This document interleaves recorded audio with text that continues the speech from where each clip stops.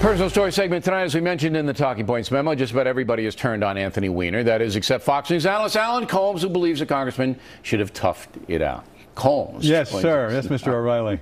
Just, I love you, Colmes. I'm telling you. You're the only guy in the country. I don't think I'm the only guy in the country. Even Rosie O'Donnell wants him out of there. I really don't think I'm the only guy in the country. Do you really believe, as you said in your talking point, yes, the country is far better off with him gone? Absolutely. We can breathe. The long national nightmare is over. We can breathe this. Colmes, call me crazy, but I just think that elected officials at that level on Capitol Hill should be honest. Would we be far better off with Vitter out? I don't think Vitter should be there. Absolutely not. You know what? What people do in their personal lives, as long as it does not affect their... It's not about personal lives, Colmes, and you know that. You're smart enough to grasp the concept that once you start to lie in public, and you just heard the boys tell them that not only did Weiner lie to the press, he lied to the Senate leadership, and I think you're to right. the Democratic That's what probably Once did you reach that point, yeah. What are we? Ancient Rome here? Caligula? Nero? What are we, is that what we are now? What are we, in junior high school? The guy was involved. So we should be realistic and assume that our elected officials are all liars. Well, a lot of them are, but if we're going to throw out everybody who's a liar, there's nobody left. I'm not supporting lying, but what I'm saying is there's nobody left? Is that what you just said? Right. So there are no honest people? This is not even, very few. This is not even a real scandal. How cynical is that? This is not, I'm a very cynical guy. This is not even a real scandal. This is a junior high school scandal.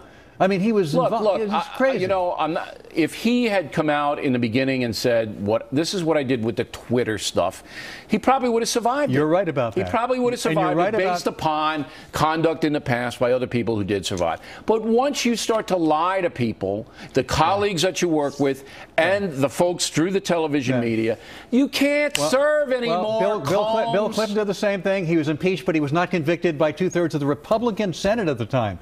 And again, you're right in that you had a very good analysis in that it is the fact that he lied to the media, and then we found out through your first segment tonight, also lied to Democrats. That is very damning. However, you can't serve anymore. I think it's a very bad model for how we should run things. It's let me get this straight. I don't want to put words in your mouth. Yeah. So you think it's bad? It's a bad message for people in the country to see a guy who lies all day long and manipulates and does all these other things to have to resign over. You think that's a bad message? What I'm saying is that he should be enabled to have it be decided by the people in his district. He represents the United States. He represents his district. And you know what? If there's going to be a special election, he should run. Colmes. He should run in his own special election. No, Colmes. Absolutely. His vote not only affects his district, but all of us. We have a representative form of government. That's the basis of our democracy. Once you get in there, your vote affects everyone. You're put there by the people in your district. That's the people who should decide. Not the media, not talk show hosts, not even fellow Democrats. And he was run out of office on a rail, and it's a shame. Colmes, you are so insane to not take into account that you have to have a semblance of credibility and honesty to run a country. This man is not honest in any way, shape, or form. He doesn't deserve to be there, and the right thing was done. Condemn him and say he was not honest in any way, shape, or form. That's right. Everything about him is a lie.